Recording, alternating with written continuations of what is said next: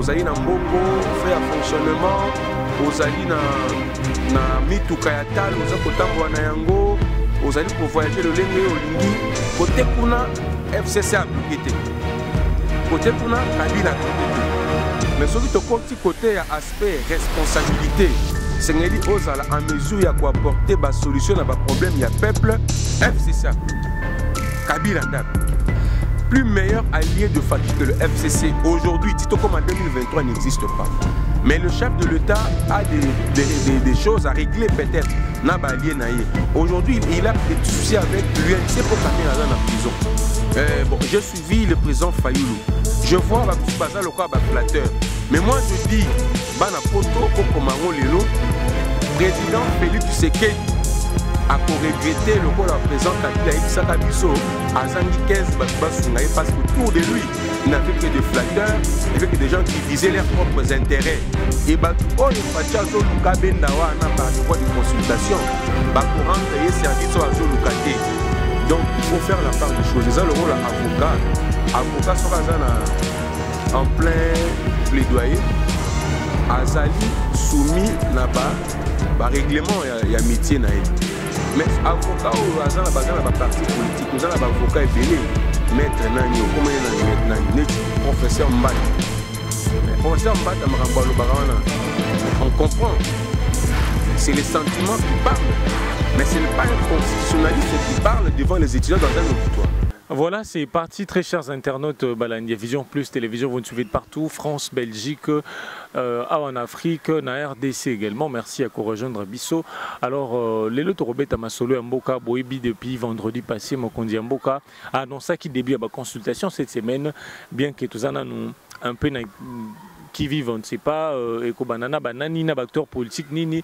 Mais déjà aujourd'hui, je vous apprends que FCC, déjà, Mokondi Nango, autorité morale Nango, Joseph Kabila Bengi, Bayaye, réunion de crise, ne batumsu bakomi na ba presse en ligne, réunion de crise, Bengi bango na Kinga Kati na résidence privée na ye.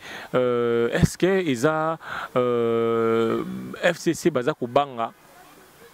Pourquoi ils ont fait ça, précipiter réunion à crise pendant semaine Oyo, ils ont censé débit à la consultation.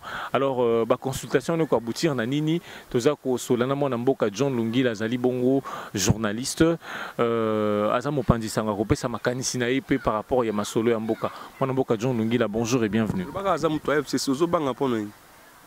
Baka amu to FCC. Hein? Naza très bien, naza en bonne santé, naza malamu. Tout se passe. Ngana pesi na ngao connotation te, mais yo moko déjà bandi ko panzana. Ngana pesi connotation te. Même na France, même na bami qui un peu auto enviera parce que Congolais a un peuple complexé. Donc bon bah zala sur États-Unis à Sali, c'est que bien plutôt ça là. Sur France à Sali, bon. Il y a des journalistes de gauche et des journalistes de droite. Ici, je ne suis pas en train de collecter, traiter, diffuser l'info. Ici, je donne mon point de vue. Et mon point de vue dépend de ce que moi je pense de la gestion du pays. Donc, il faut faire la part des choses. Et ça, le rôle d'avocat. Avocat sera en plein plaidoyer. Azali soumis naba règlement il y a métier naï. Mais avocat ou azan la bazan la parti politique, tous en avocat est belé. Maître Nanyo, comment il y a maintenant Neti, professeur Mbata. Professeur Mbata Marambalo Barawana. Mais on comprend. C'est les sentiments qui parlent. Mais ce n'est pas un constitutionnaliste qui parle devant les étudiants dans un auditoire. Mais ceux qui ont un exercice, il y a professeur, il y a droit, dans l'auditoire, Azalarananzela. Mais ceux qui ont côté dans Marambo et telle question politique, à comme un sentimentaliste. Donc, sentimentaliste, c'est après ça, point de vue, donc après ça, il y a la science. C'est aussi moi, quand je suis sur mon plateau, la journaliste, là, je reste dans le respect à la règle. Mais ce qui n'a pas coupé sa opinion, opinion ça peut être proche du cash, du FCC, de l'Amouka, je ne sais pas moi de quoi, je suis libre.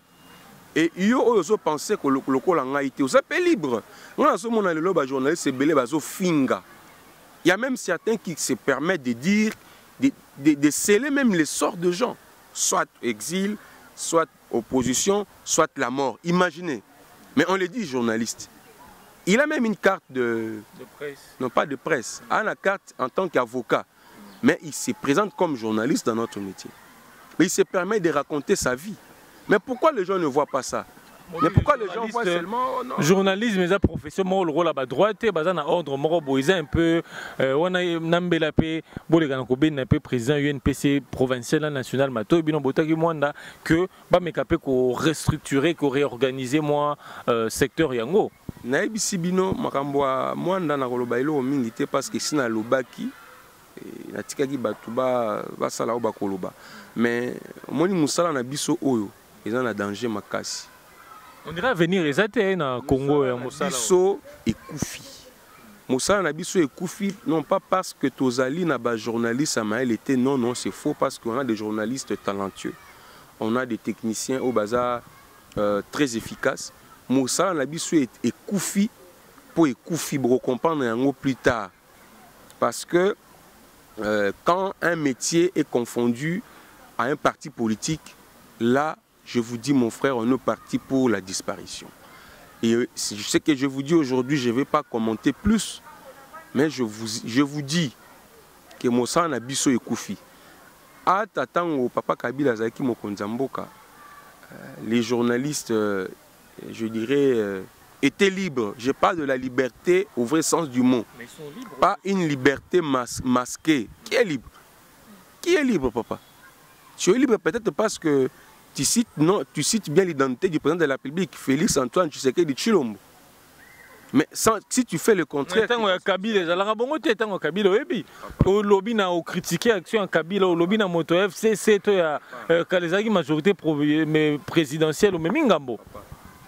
Oui, même si les journalistes pouvaient être inquiétés comme tu le dis, mais la corporation était épargnée. Si nous parlons des questions liées à notre corporation, en tout cas, moi j'ai vu notre vieux kabiliste plus que lui dans monité, mais quand il s'agit de la corporation, en tout cas, tout ce qui est loin na boy kotanga ba kombo lelo po balo bana susu ke o lungi la sali boy. Yo lobi notre vieux kabiliste ba doba ko na biso ba ko yeba ndenge nini. Ba journaliste kabiliste o ba zayeb na ba journaliste kabiliste. Toza ko mona bango tango makambo ya corporation. Makambo ya corporation oui ngana kota makambo Eliezer Tambwe. On s'est battu pour obtenir sa liberté quand il avait des problèmes avec Moïka Sanji. Moi je me suis battu à l'époque contre Bruno Chibala pour obtenir la liberté de mon frère Peter Tchani. Même notre vieux Jean-Marie Kassamba s'est battu bec ongle pour obtenir la liberté de Daniel Safou. Donc, mais quand il s'agit de la corporation, tendance politique nabiso. Parce que ceux qui t'ont amené la tendance politique nabiso la corporation, Mosala o ekokufa et bandi nabiso te biso tokotika yango pour na bandeko bakoya sima to éviter ko boma Mosala parce que olingi ko satisfaire mutu oyo azali ko engager yo na musala, ozali na cabinet na ye, ozali na entourage na ye, alolingi corporation et obéir na ba principe wana. Je voulais pas trop m'hasarder sur ça parce que biso marambo tolobaka kendaka kana ndenge ya mabe. Alingi na tika yango mais na prévenir bino boye ba yango lelo que musala ezali kokufa. Alors merci beaucoup John Longila Toko Tapena na sujet. Mon Konziamboka s'exprima qui le vendredi passé, 23 octobre, à Lobeli-Bongo, Makamboko de Kanamboka, notamment l'Ibala FCC Nakash, que les lots et Zali, partenaires naïe, des bazako bloqué certains projets, des bazako bloqué que Mboko les connaître développement d'ango, n'engue azako souhaité. Parce que Félix, il faut le dire qu'il a une volonté politique. Alors, tout le monde il est là. Tout le temps, il y a un site internet, un site d'information que moi, Joseph Kabila a convoqué cadre FCC na Kingakati pour une réunion de crise. Mais pourquoi convoquer réunion de crise semaine où Mokondi Amboka a annoncé début à la consultation? Selon yo. Mais papa, tous à la franc. Parce que au moins politique, hypocrisie, les amis, le coup tapé, l'équipe est moins mingi. Tout bien un peu démagogie. Vous savez que les lots ont un problème. Je donne un exemple. Qui ça ils ont la carte molili. Qui ça courant ezalité, ma ezalité. Ezali FCC mutapé qui si ba pesa ba congolais ma ina courant. Qui ça tozali na problème makasi ya transport. Bima awa ki na barrière de bus, tu vas voir le lenge bato batondi. Ezali FCC muto et pe qui si ba pesa ba congolais ba transport. Les lots oyo tozali l'unique état au monde qui est incapable de donner à ses citoyens des passeports. Et les FCC moto et pekisi ba pesa ba congolais ba passeport. Les lots oyo ceux qui congolais alliés tout ça na ba problème pe moins mingi a ozomona bana bazali ko senga mingi na secteur éducation. Est-ce que les FCC moto ezali ko tinda bango ba sala ndengo wana? Moi je pense que tozali na kati ya combat politique et c'est que ça a différence. Au bitango ba pesi yo responsabilité aux yeux pouvoir, il y a deux choses. Il y a liboso ezali responsabilité, il y a mibale ezali gestion. Responsabilité ezali yo ozali mokonzi ou sengeli ozala en mesure ya ko apporter ba solution na ba problème ou ezali ko se poser. Tango yo koki ko apporter ba solution na ba problème ou ezali ko se poser te, ozali irresponsable, ozali incompétent. Il y a mibale to lobby gestion. Gestion à pouvoir ezali, hein, quand tu gères, tu jouis des avantages du pouvoir. C'est-à-dire au bakopé sayo ba garde de corps, bakopé aux anamo solo, hein, au jouir na ba avantage à pouvoir. Mais les lots et belé baé na kati ya pouvoir, baza ko sala kaka aspect moko ya gestion ya pouvoir. Parce que ko sala la aspect responsabilité te. Parce que tant que ozali ko lobela makambo itali gestion, ba avantage ya pouvoir. Ozali mokondi, ozali na mbongo, frais à fonctionnement, ozali na mituka ya tal, oza kotambo na yango, ozali ko voyager le lenge olingi, côté kuna FCC a bloqué te. Côté kuna Kabila a bloqué te. Mais ce qui te côté côté ya aspect responsabilité, sengeli ozala en mesure ya ko apporter ba solution na ba problème ya peuple, FCC a bloqué. Kabila n'a bloqué. Quand il faut jouir du pouvoir, de ses avantages, le FCC ne bloque pas. Mais quand il faut s'assumer comme responsable et apporter des problèmes aux solutions aux problèmes des Congolais, le FCC qui bloque. C'est une stratégie politique qu'on veut utiliser d'abord pour salir le FCC, deux pour diaboliser et vendre mal l'image du FCC. On vous assure. Mais oui, parce que nous avons un spécial exemple Lilo. Ils ont un peu exemple.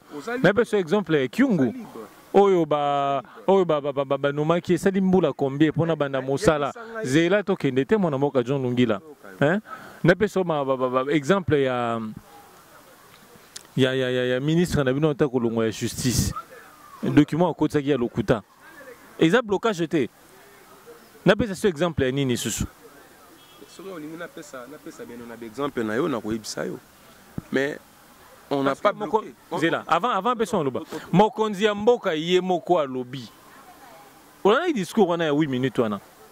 7 minutes. Oui, presque 8 minutes. On a dit mokonzi ya mboka ye moko a lobby à décrire les lots à sali état de lieu à coalition. Oui, bi mokonzi ya mboka en tant que chef de l'état azali na manœuvre belé. Ezali na muto moko te a koki ko bloquer le chef de l'état. Qui peut bloquer un chef de l'état? Un chef de l'état, on l'empêche de travailler. Qui peut? Parce que Nalingi, par exemple, n'a achevé un projet à Inga 3. Et ça a bateau bazali ko empêcher. Mais en tant que chef de l'État, j'ai plusieurs marges de manœuvre pour contourner le tout. Tu vois? Un exemple pour contourner le tout. Personne n'a un exemple. C'est qui dit. On l'a dit, la nomination des juges n'a pas respecté la Constitution. La prestation de serment ne peut pas avoir lieu. Mais en tant que chef de l'État, avec une marge de manœuvre rebelle, non? Il a contourné ça, n'est-ce pas? Mais les juges, il s'est imposé, les juges ont prêté serment. Sauf que si on a bureau, bazo travailler. Là, il n'y a pas de problème. Mais il faut que le chef de l'État fasse la même chose dans tous les secteurs. Ceux qui ont FCC Motazali qui ont empêché Félix Tshisekedi à faire ça courant, mais à contourner, à s'imposer. Tu vois? Notre chef de l'État, la Constitution lui donne des garanties, des instruments. Oyezali qui motakoki ko empêcher à ça la musala. Mais ceux qui chef à lobby qui m'a empêché à ça la musala, moi personnellement, nazali choqué. Parce que je peux dire, le chef ne se plaint pas, le chef agit. Tu vois? Mais ce que j'ai aimé, c'est quoi? Le chef a compris que ces pays, pour gérer ces pays, il faut aller au-delà du principe. Au-delà du principe voudrait que nous sommes encore un État post-conflit. Il faut garder effectivement cet élan d'échange, même avec des gens où Bozo partageait na bango, même conviction politique était. Kabila a fait beaucoup pour que ce pays ait un rail, surtout sur le plan politique. Si Félix Tshisekedi est chef de l'État aujourd'hui, c'est grâce à Kabila. Ce n'est pas, quand je dis grâce à Kabila... C'est grâce à Kabila, tout grâce à la population. Hein, il faut beaucoup éclairer à rappeler Batou. Ma bezanine. Vous avez un problème, il y a Douni. Ma bezanine, vous aimez bien entrecouper les propos des gens. Quand quelqu'un dit une chose, il faut le laisser expliquer. Parce que ceux qui viennent aux alara, ceux qui viennent habiter beaucoup comme ça, papa Tshisekedi Nzambi. Ceux qui viennent comme on a dit, bah que les binoma ya moto. Ils ont kabongote. Papa Tshisekedi Azali mokonzi mboka ya liboso na Congote. Avant il y a eu des chefs de l'État. Après lui, il y en aura. Quand on cite son nom, il faut nous laisser parler. Quand je dis que papa, s'il est devenu chef de l'État, c'est grâce entre autres à Joseph Kabila.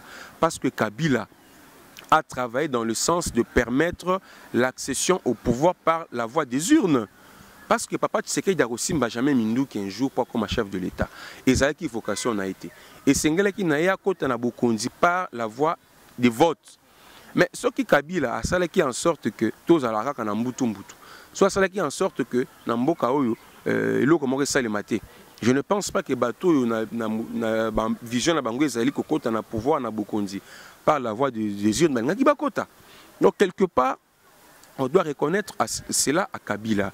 Il a permis dans ce pays que nous puissions avoir des chefs de l'État qui n'ont pas pris des armes, qui sont des civils comme moi, comme vous, et qui ont convaincu le peuple par la voie des urnes à voter. Mais, papa Tshisekedi, lelo oyo alobi abandi ba consultation. Mais yebi sangai motonini na kati ya Congo Kabila a habité. Motonini, Kabila a travaillé avec tout le monde. Kabila connaît tout le monde. Tous ces gens-là, Olelo Bakomi Koloba et Félix Tshisekedi, ils ont travaillé avec Kabila. Moïse Katumbi a travaillé avec Kabila. Olivier Kamitatou a travaillé avec Kabila. J'ai vu Papa Ewanga, il a travaillé avec Kabila. Jean Bertrand, Vital Kamerhe a travaillé avec Kabila. Qui n'a pas travaillé avec Jean-Pierre Bemba a travaillé avec Kabila. Qui n'a pas travaillé avec Kabila dans ce pays? Tous ont assumé de plus hautes fonctions dans ce pays. Ils avaient des parcelles de pouvoir où ils pouvaient décider. Mais allez aujourd'hui à Lubumbashi, allez aujourd'hui, l'héritage autotikali nango na Kasumbalesa, ezali héritage ya Kabila te, ezali héritage ya Moïse Katumbi. Tous ces gens que vous voyez aujourd'hui qui rôdent maintenant autour de Félix Tshisekedi, ils ont été ministres dans ce pays, ils ont été gouverneurs dans ce pays, ils ont été intouchables dans ce pays. Mais qu'est-ce que chacun d'eux a fait? Le bilan ne peut pas être seulement global. Chacun de nous a un bilan à présenter au peuple. Il ne faudrait pas seulement se cacher derrière Kabila pour se faire aimer. Banzelu nakat na bango bazalité, bango nyoso basala na Kabila. Mais tant que le Félix Tshisekedi a décidé que bon, a travaillé na bango. Ce qui bazali ba angelou par qui salut à peuple et sengele oleka. Tant mieux to kobeta maboko. Mais tozali koyebisa Félix Tshisekedi akokuta na kaka na ba problème. Lolenge basalaka Kabila kaka lolengo bakosala ye. Heureusement pour naye azali na bato oyo bazalaka kaka wana pona kofinga kosala bakofinga pe bango. Ba combattant bakofinga bango. Ba combattant bakogangela bango. Na kati ya Kisasa oyo tozali tokolala tokolamuka ba marche o bazali kobenga na bato wana. Parce que bazali bato ya sikate na mboka oyo. Bazali bato tomona bango na kati ya pouvoir basala elo côté. Tout ce qu'on a retenu de bakoma ba riche, bakoma ba Kabila pas sala na elo côté, Kabila permettait bamba ba riche ba millionnaire parce que azaki mokonzi ya mboka. Na kotala comment est-ce que moto aza ministre tongi tala immeuble mobimba. Pona kotanga ba kombo te na lingwala et puis on a tameda kan kolongo na Niangwe. Ce totanga ba immeuble na ba Niangwe et ba membre gouvernement akala. Na mushi kolobate. Kabila tika banga na koyoka nyoso wana te. Kabila avait une vision dans ce pays. Kabila avait même des projets pour construire ce pays. Si vous avez entendu parler de 5 chantiers, c'est Joseph Kabila. Si vous avez entendu parler de la révolution de la modernité, c'est Joseph Kabila. Toutes ces visions, tous ces projets, on peut tout dire aujourd'hui, mais Kabila ne pouvait pas changer le Congo en 18 ans. Il a fait ce qu'il pouvait faire. Nous avons des traces.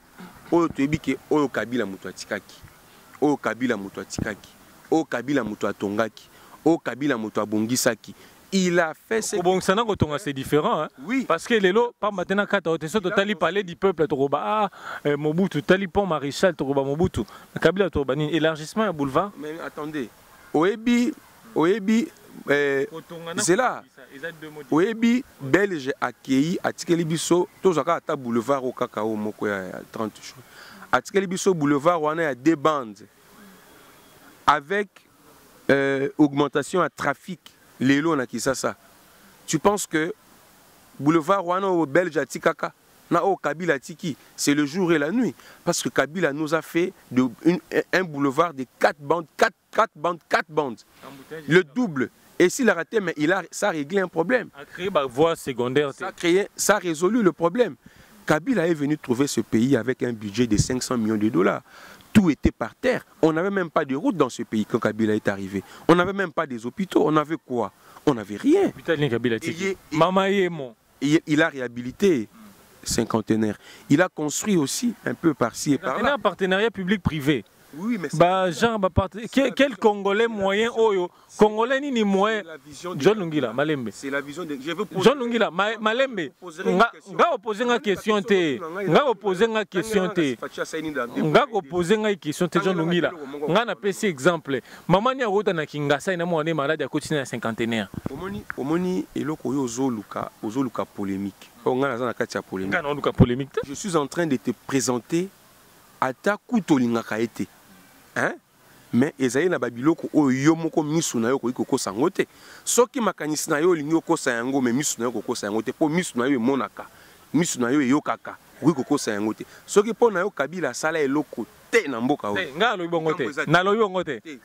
John Lungila, nga na lobi bongo te. Kolatanga eloko oyo na lingi koloba te. Parce que nga na mopandisa ngo. Nga na gauche te na droite te. Mais na ebike bonga na kosi nga kosi te. Soki ozoboya ozoba ke Kabila asala nini. Toke na logique na yo Kabila asala eloko te na mboka oyo. Atongi ata eloko te atikeli biso ba Congolais eloko moko te. Eza malabu. Azali so mokonzi mboka te.